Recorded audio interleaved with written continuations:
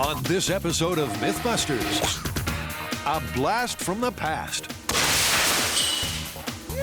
As Adam and Jamie hit the history books. There will be a lot of fire, and I could get burned. To explore an explosive myth from the Civil War. Wow! Did the Confederate Army build the world's first long-range missile? In 3, 2, 1.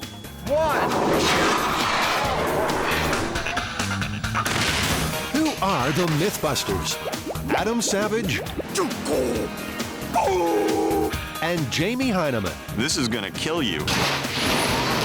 Between them, more than 30 years special effects experience. That's what I'm talking about! They don't just tell the myths, they put them to the test.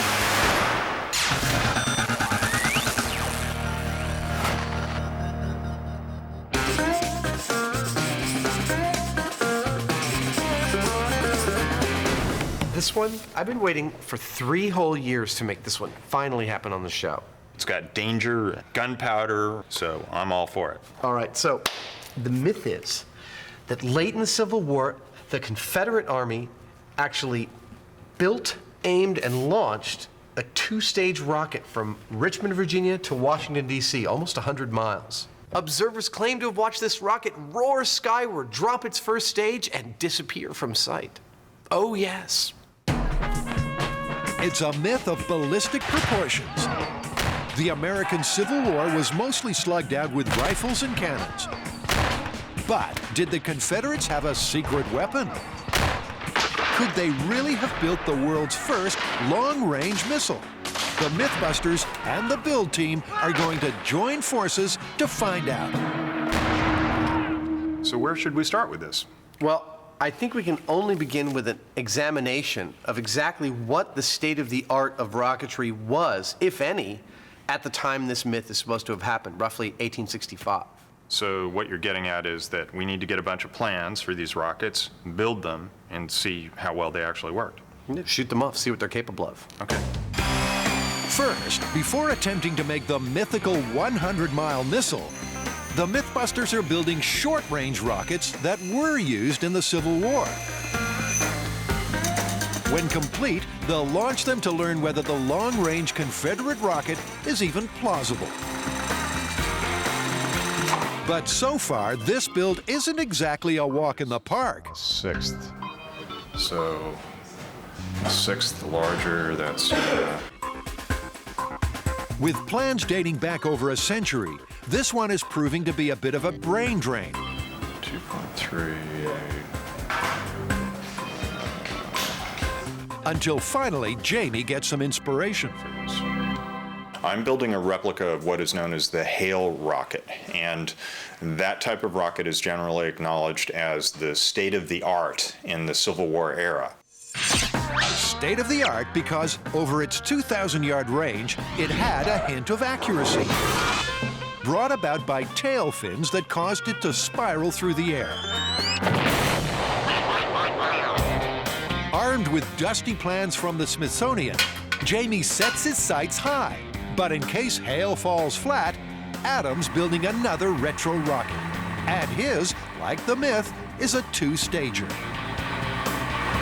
The Boxer rocket is actually a rescue rocket. It was made to fire from one boat to another or from the shore to a boat in need of rescue, carrying a line so that that boat could be pulled to safety. The Boxer rocket's initial thrust came from the first stage.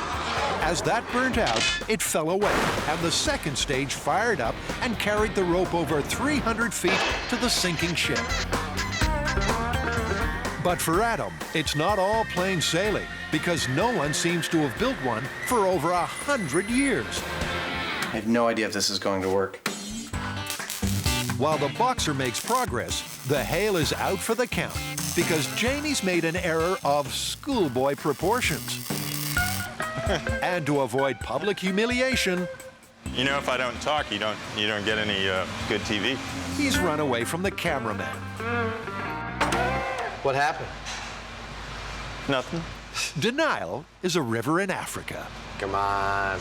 What happened? Did you accidentally weld the thing at the end of your pipe that was supposed to be a screw fitting?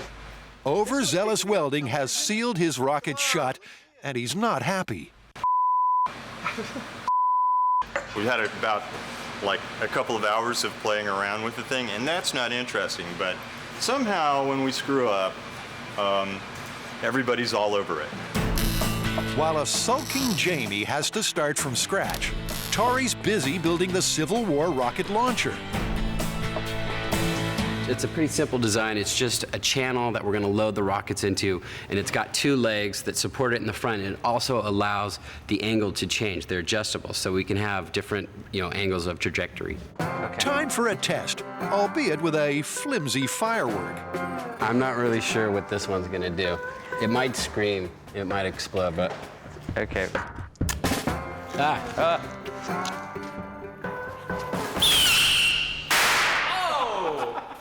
You know what, the rocket followed the channel perfectly and it sent it in the right angle. I just hope it's sturdy enough for the big rockets. I know, that's gonna be a lot of thrust. I got some more rockets, so maybe we should light off a couple more. Yeah, like a couple at once. Yeah. While Pyro Tori gets his kicks, Adam's made a find that changes the Boxer and maybe the mythical rocket too. Upon doing some more research, it turns out that nobody's ever seen one of these rockets. No one's seen one in a long time. No one's got one. No one builds them. So there has been some confusion as to whether or not it was a true 2-stage rocket or a compound rocket. And it turns out that it's a compound rocket. And indeed, it does not separate in the middle halfway through its ignition. So the Boxer is not a true 2-stage rocket. The sections don't split, they simply burn through each other. The idea that the mythical Confederate rocket was a 2-stage must now be in doubt. As Adam puts the finishing touches to the Boxer, Jamie's come out of his corner fighting and is already attaching those revolutionary tail fins that spun the Hale rocket for accuracy.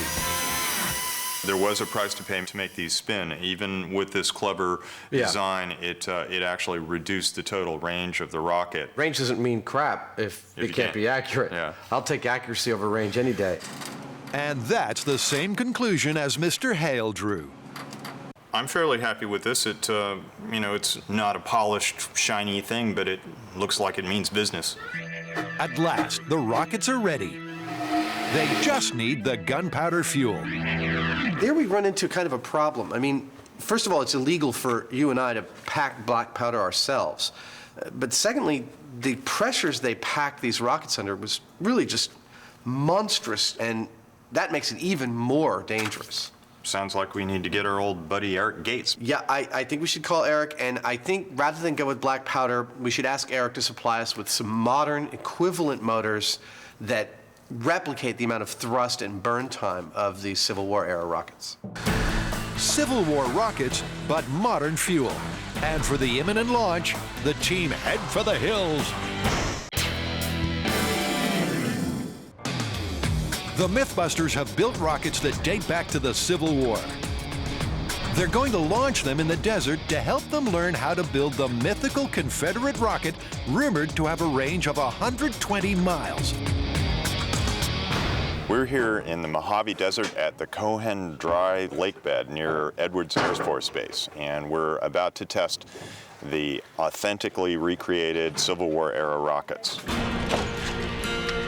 Authentically recreated, but because of state laws, contemporarily fueled, thanks to the rocket expertise of their honorary MythBuster, Eric Gates. When the countdown goes, these rocket motors are going to burn for 4. Eric has already helped show that an ancient Chinese entrepreneur failed to get into orbit.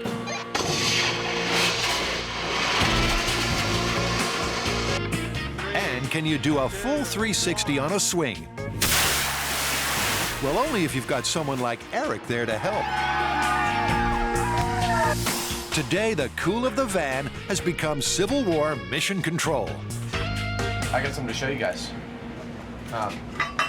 This right here is my Boxer rocket. Adam's as proud as a new father. And like a new baby, the rocket first gets weighed. All right, so 8.4 pounds for this thing. And measured. Diameter of the rocket is 3 inches. This data is then fed into a computer simulation to see whether the rocket stands a chance of flying. Okay, I've put a little set of fins on here to simulate the stick, and it looks like it's going to be stable. Let's try a motor. Let's put a K550 in it to start out. K550 it is. The computer's fully primed. Go. Flight path, perfect. Range, 20,000 feet. Remember, these are really rough simulations because your nozzle is not the same as what comes with the motor. So these could be greatly off, but hopefully they're going to be fairly accurate predictions. Jamie's 20-pound rocket is historically more reliable than Adam's. So what does the accurate computer make of it? See, right now it's doing about 500 feet and about 50 feet up, 60 feet up. That's not quite the spinning that the Hale rocket was famed for. As launch looms, the rockets are ready to be fueled up with ammonium perchlorate motors. These modern motors are the most advanced in amateur rocketry and may be a little more powerful than Civil War black powder. But as they wrap them to ensure a snug fit in the rockets, Adam and Jamie are wondering if the main myth has historical authenticity, or is it just another tall tale?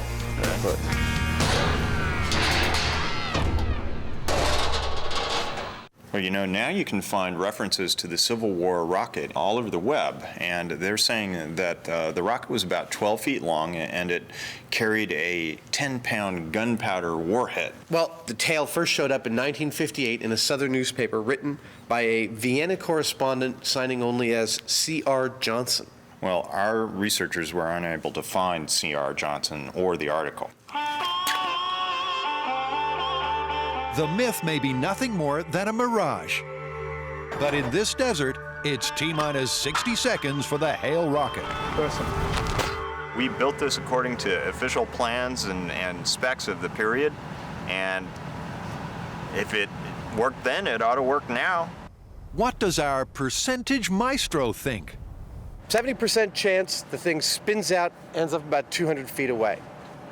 29% chance that it actually flies totally successfully and ends up 3,000 feet away. There's a 1% chance that it hits the ground and bounces right over to us. And with those words of wisdom, it's the bit now with the countdown. 3, 2, 1, go. She's up and away. Congratulations, Jake. Wow, easily done, brother. I was afraid that it was going to loop, but then it just got the spin. When the spin's what keeps it going straight, that was great. Those revolutionary Hale tail fins did the trick and kept the rocket on a computer-defying perfect arc. See it actually go and work, especially kind of having you on the edge of your seat as you're watching it go, and then it just kind of homes in and does its job. It was cool. It's cool design. One down, one to go. I got a boxer rocket, and I'm gonna fire it. Complete with its rescue rope. You're ready to rock and roll. Is that it? That's it. Is that it? That is it. Next, you push the button. Light some rockets! In 3, 2, 1. Whoa! We have liftoff. You guys all clear? That is cool! It looks like they knew what they were doing back there in the 1800s. They might have known what they were doing. Yeah, look good. Ain't that the truth? Another near-perfect flight. The rescue rope didn't fare so well, but at least the drowning sailors would have had a spectacle to behold. Adam and Jamie's next task is to build the long-range rocket of the myth. So first, they'll need to find out how far their non-mythical missiles flew. I don't know, but I think that's one of the rockets, and judging by the size of the hole, I think it's mine. I don't know. I'm gonna see if I can feel the end of it. Oh, I'm still not touching anything. Oh, backhoe time. Like a miner in the gold rush, Jamie starts digging. And the lighter boxer rocket? Well, 500 yards further on. That's where it landed. I'm just terrible at judging distance from here, but I'd say it's at least 1.5 miles. I'm gonna pace it out. Calculating each of my steps is about 1 yard, and we'll see where I get to. As Adam measures his flight path, Jamie has at last struck gold. There she is. We got the end clearly exposed, and I think we should be able to tug it out with the come along pretty well. So The heavy hail flew half as far and went over 5 feet into the ground. Soft to crash land in, tiring to measure. 1,317 yards. I'm tired.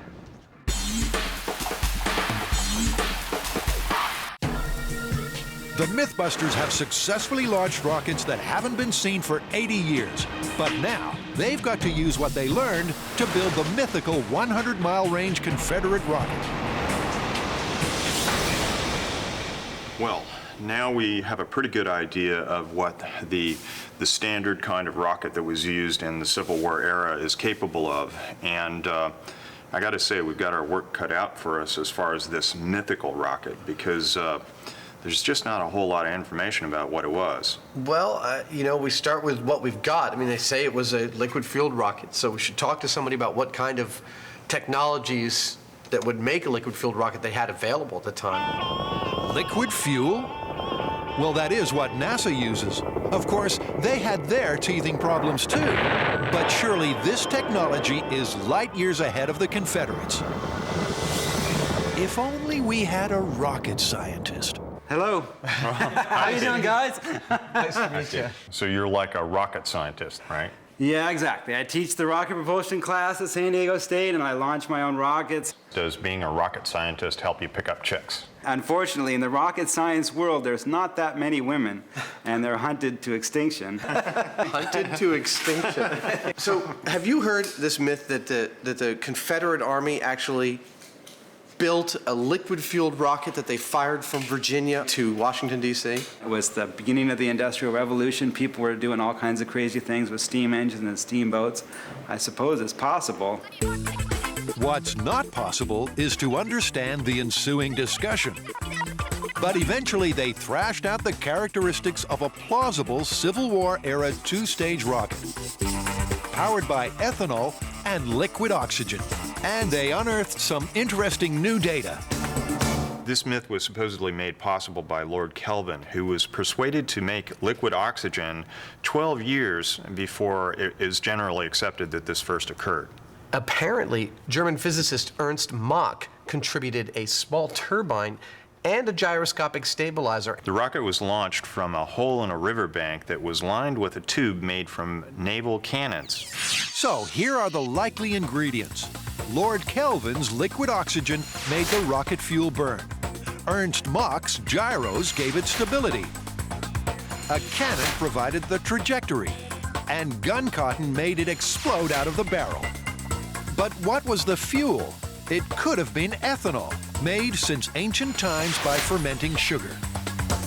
And it is used as a fuel. In today's environmentally conscious age, clean-burning ethanol is widely used as an additive to reduce gasoline emissions. Clean and green was not the aim of the Nazis when they invented their ethanol-fueled V-2 rockets. It was an oil shortage that drove their search for an alcohol-based rocket fuel.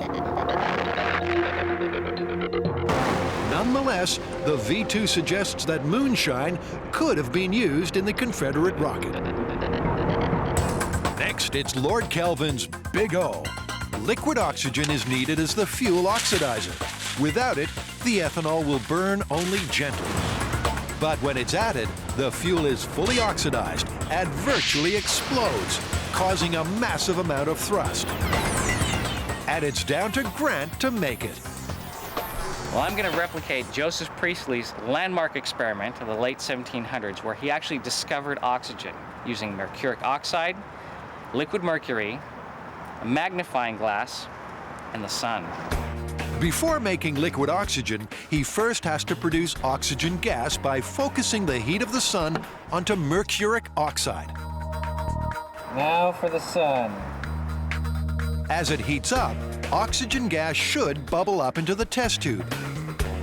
It's bubbling. Tiny, but still bubbling. It's working, but he's going to be here a while longer yet. And when he's got enough, like Lord Kelvin, Grant's got to liquefy it. Meanwhile, because the mythical rocket was fired from a naval cannon, Carrie's gone to the fort. So Jamie and Adam need to know what size the cannons were during the Civil War. So I've come here to Fort Point to do some measuring of cannons and find out. These measurements are key to the MythBusters missile because there's no written record of the dimensions of the Confederate rocket. All right, that's 11-foot length. Adam and Jamie do know that it was fired from a cannon. So if Carrie measures the biggest cannons from the Civil War, 10 inches? Then the MythBusters can build the biggest rocket possible. And they'll also have a launch tube they can replicate. 9 foot 2 inches. It's another ingredient ready. Launch tube cannon, check. But the MythBusters have made a worrying discovery about Lord Kelvin.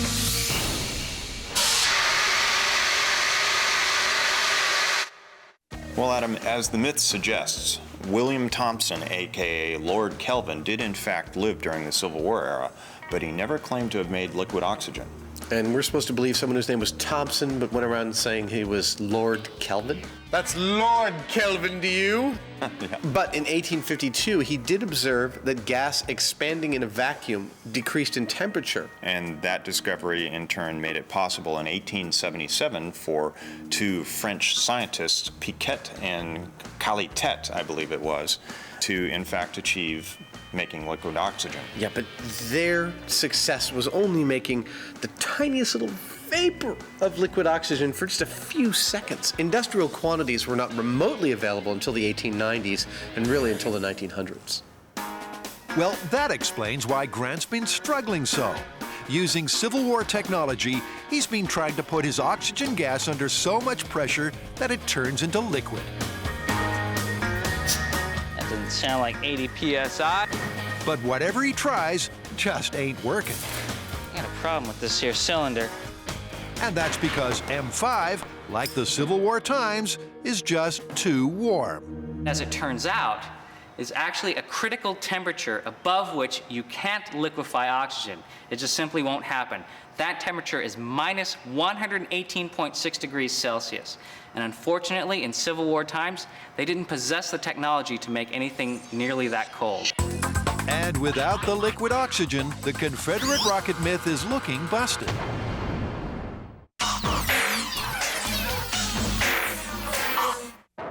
In the American Civil War, did the Confederate Army fire a long-range missile? The MythBusters are trying to find out. But Grant has just failed to make a vital rocket ingredient. Well, you know, Grant's results make it pretty clear that they just did not have the ability to liquefy oxygen during the Civil War, which for us rules out the possibility of a liquid-fueled rocket that uses liquid fuel and a liquid oxidizer. I don't really know where we go from here. Well, I do. And, you know, I've been doing some reading on this. I think the design we should use is called a hybrid. The fuel is wax. The oxidizer that we would use would be nitrous oxide. The design doesn't involve any really complicated moving parts or anything. Number one, all those materials sound really safe to work with. And number two, the technology for all of them was available during the Civil War. That sounds like a perfect solution. So it's Plan B, a hybrid Confederate rocket. Lord Kelvin's liquid oxygen replaced with liquid nitrous oxide, and the ethanol fuel by solid paraffin wax. It's the last chance for this myth. And it all depends on whether making liquid nitrous oxide using Civil War technology is even possible. So Grant gets another bite at the cherry, but this time, in an extreme case of please don't try this at home, the recipe has been censored. The plan here is to heat up with that will actually produce a gas. We're going to run those through and at the other end should come out nitrous oxide. So Grant adds some moo with some meow and starts heating. With the temperature creeping higher, the gas starts to bubble out. And Adam can't resist having a sniff.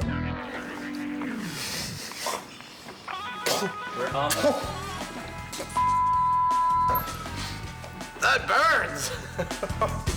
As Adam recovers, more gas bubbles through. But is it nitrous oxide? Or, to use its common name, laughing gas? Nitrous oxide is more plausible as an oxidizer. Nitrous oxide is more... Okay. Nitrous oxide is more... They've clearly made laughing gas. But what is he trying to say? Nitrous oxide is more plausible as an oxidizer during the Civil War than oxygen because the pressure that you need is a lot less. You're looking at 50 atmospheres for nitrous oxide versus 400 for oxygen. So nitrous oxide needs less pressure to be liquefied, and better still, it can be done at room temperature. A time-saving, shop-bought bottle later, and the Confederate hybrid rocket can really happen. But with one final alteration. Adam's Boxer rocket, like that of the Myth, was described as a two-stager. But further research proved otherwise. And it turns out that it's a compound rocket, and indeed, it does not separate in the middle halfway through its ignition. Given that the launch was so successful, they're going to make their mythical rocket a one-stager as well.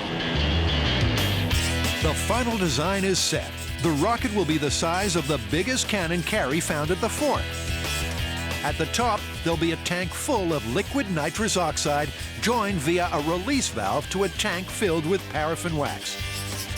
Upon ignition, the burning gases will burst out through a graphite nozzle.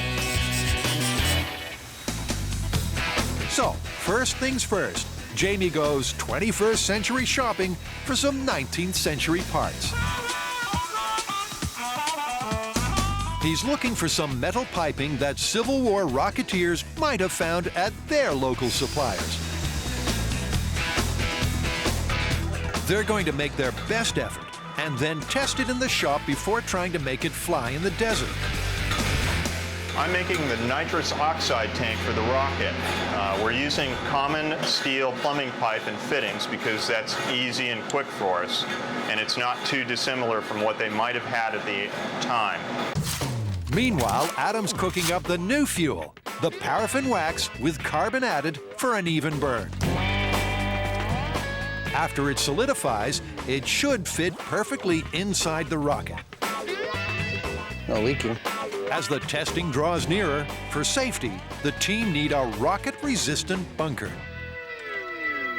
also known as a shipping container. Okay, we're in.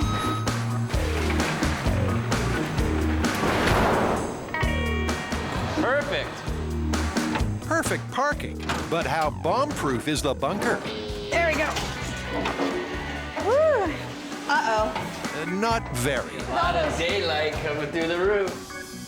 They've bought a holy rust bucket. Who cut the budget on the bunker? Like, this seems like something you'd spend the extra cash on. Yeah, when you got lives at stake. Is that a wasp nest? Yeah. Sweet. To top it off, there's wasps. But not for long. Oh, shoot, that was cool. Set a bomb off in there, the whole roof might go up. So I gotta redo the roof. I still gotta get the ventilation in. I gotta get the cinder blocks in. I gotta sweep this thing out. I mean, thing's a mess. But hey, we're gonna have a bunker. As Tori slowly makes it blast-proof, the MythBusters have dug up some more mythical musings.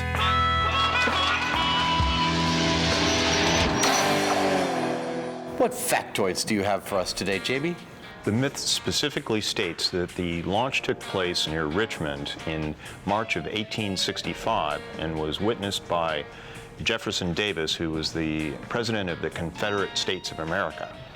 Now, there is an element of truth to this story. Jefferson Davis was, in fact, in Richmond around March of 1865. Well, the problem is that there is actually a very good record of every day of Jefferson Davis's activity during the month of March, and there is no mention whatever of any kind of a two-stage rocket. But maybe it was a secret launch. Well, there's always that. It's no secret that Torrey's bunker is becoming ever more beefed up. And as launch nears, Adam's rocket fuel is all set. All right, well, the wax is cured overnight. Let's see what it did. Oh, yeah! It's worked perfectly. Yeah, I'm proud. And will it fit? Of course. But there's no rest for the wicked. Jamie gets on with sealing the rocket, but is slightly alarmed at how simple it all seems to be. It doesn't make any sense that it should be this easy. This is some laughing gas and some plumbing fixtures.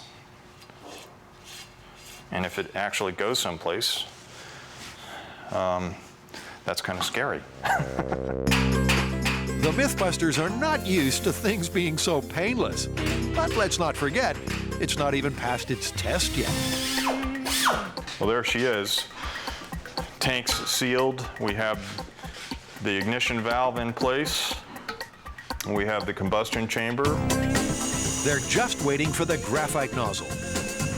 Graphite was the only thing available during the Civil War that could handle the crazy heat that the rocket's combustion generates. Oh, that's a rocket.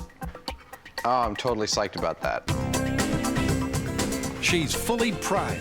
With countdown just around the corner, it's time to take her to the bunker.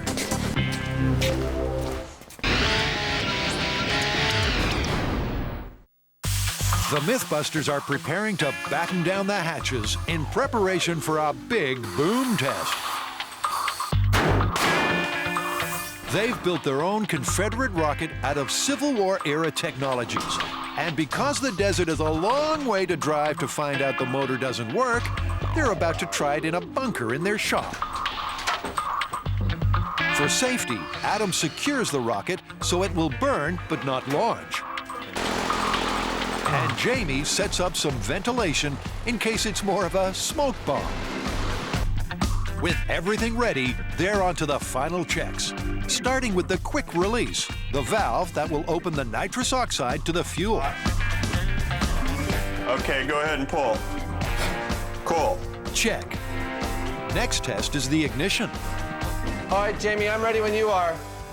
Okay, and 3, 2, 1. Smoking smells like, there we go. Check. Yeah, that took a second. It's time to vacate the bunker because the Confederate rocket is going to get fired. They're going to fill the top half of the rocket with liquid nitrous oxide, ignite the wax, and then open the quick release valve. There you go. That's what I'm talking about. The nitrous oxide tank should be filling up, but no one is quite sure whether it's working. I saw something drip. It's dripping out of the quick release. Oh, okay. So that's actually a good sign. Okay, well, let's kind of stand away from there, guys. We're getting liquid nitrous oxide. Woo! But 15 minutes later, and the tank is still filling up. Yeah, this is where the danger zone happens. When nothing happens for a while, everyone's like, well, let's get closer. Let's get closer. Let's get closer. Boom! And everyone's dead. Do you want to just go for it? Yeah, let's do it. Okay. They're just going to go for it. But for safety reasons, Jamie must first disconnect the nitrous oxide filler tank. Are you okay? Yeah, I knew I was going to do that. Next time you should say that there might be a large kaboosh. Because, like, my heart's beating like 500 times a minute right now. Those with a weak heart or a nervous disposition should look away now, because it's test time. Okay, I'm in place, Adam. Fire in the hole. So 3, 2, fans, go.